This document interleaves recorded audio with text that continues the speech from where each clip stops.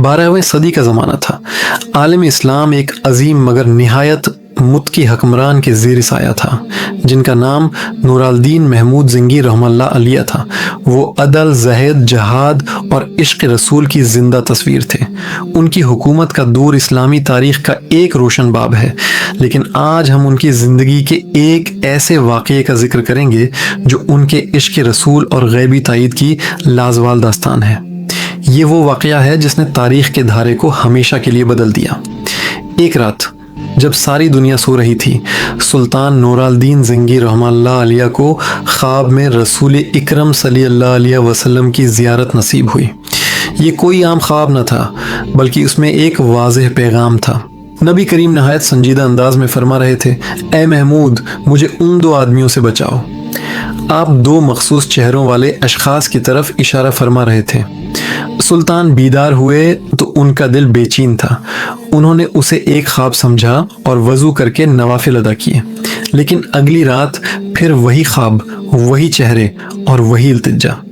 जब तीसरी रात भी मुसलसल यही ख्वाब आया तो नूरालदीन ज़िंगी समझ गए कि ये कोई आम ख्वाब नहीं, बल्कि आलमी गैब से एक हुक्म है, एक ज़िम्मेदारी है जो उनके सुपर्द की जा रही है। नूरालदीन ज़िंगी रहमतुल्लाह अलैह घबरा कर बीदार हो जाते। उनका दिल गवाही दे रहा था कि मदीना मुनूरा में रोज़ा रसूल के करीब कोई बहुत बड़ी साजिश हो रही है और रसूल अल्लाह उन्हें मदद के लिए पुकार रहे हैं। ये सोचकर उनका दिल कांप उठा। एक लम्हा ज़ाया किए बगैर उन्होंने अपने सबसे काबिल एतमाद वज़ीर जमालुद्दीन मोसली को बुलाया और सारा माजरा बयान किया।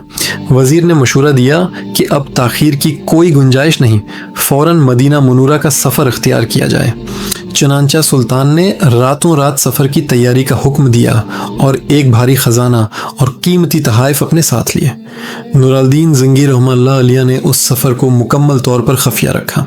उन्होंने ऐलान नहीं किया कि वो कहाँ जा रहे हैं, बल्कि सिर्फ 20 खास साथियों और वज़ीर को साथ लेकर दिमश्क से मदीना की तरफ रवाना हो गए।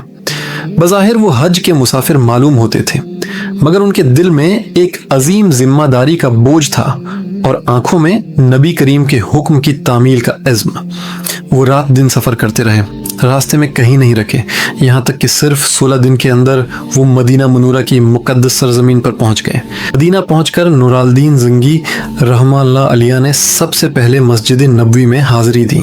रोज़ा थर के सामने खड़े होकर उनकी आंखों से आंसुओं की झड़ी लग गई। दिल में खौफ खुदा और इश्क़ रसूल की तड़प थी।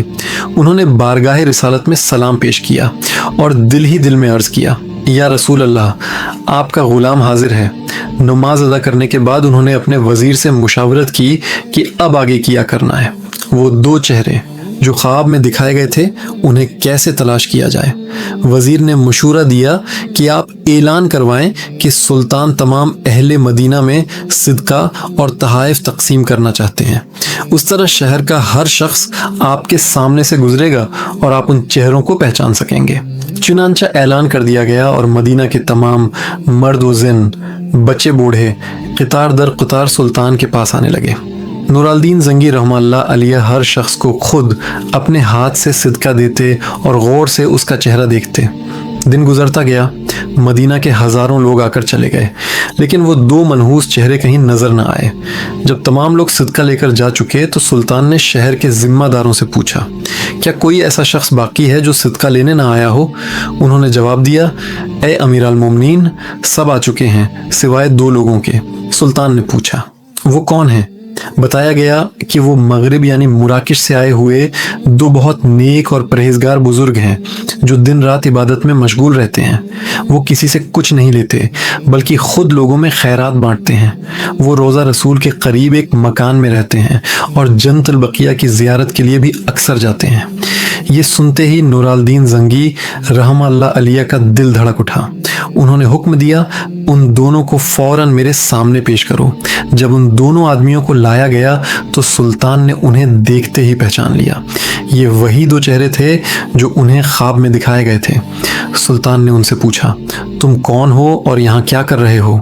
उन्होंने झूठ बोला कि हम हज के लिए आए थे और अब रोज़ा रसूल के पड़ोस में रहकर इबादत करना चाहते हैं। सुल्तान ने उनके सामान की तलाशी का हुक्म दिया।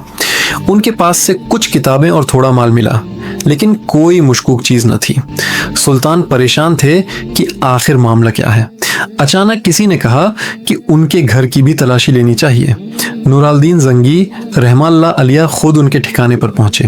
جب کمرے کا جائزہ لیا گیا تو وہاں ایک چٹائی یا قالین بچھا ہوا تھا۔ سلطان نے اسے ہٹانے کا حکم دیا۔ جیسے ہی قالین ہٹایا گیا، سب کی آنکھیں پھٹی کی پھٹی رہ گئیں۔ اس کے نیچے ایک خفیہ سرنگ کا دہانہ تھا جو نہایت مہارت سے کھودی گئی تھی، اور اس کی سمت سیدھی روزہ رسول کی طرف تھی۔ وہ دونوں بدبخت رات کے اندھیرے میں سرنگ کھودتے اور مٹی کو چمڑے کے تھیلوں میں بھر کر جنت البقیہ میں پھینک آتے تاکہ کسی کو شک نہ ہو۔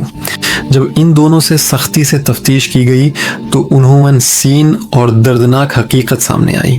وہ دراصل عیسائی جاسوس تھے جنہیں یورپ کے حکمرانوں نے ایک گھنونی سازش کے تحت بھیجا تھا۔ ان کا منصوبہ تھا کہ وہ سرنگ کے ذریعے نعوذ باللہ رسول اللہ کے جسد مبارک تک پہنچ کر اسے وہاں سے نکال لے جائیں۔ یہ انکشاف سن کر ہر مسلمان کا دل کانپ اٹھا اور آنکھوں میں خون اتر آیا۔ عشق رسول سے سرشار سلطان نورالدین زنگی رحمہ اللہ علیہ کا غصہ ناقابل بیان تھا۔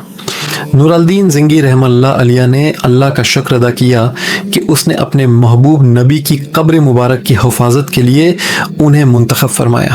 انہوں نے فوراً ان دونوں مجرموں کو اسی سرنگ کے دہانے پر عبرتناک سزا دینے کا حکم دیا تاکہ آئندہ کسی کو ایسی ناپاک حرکت کی جرأت نہ ہو۔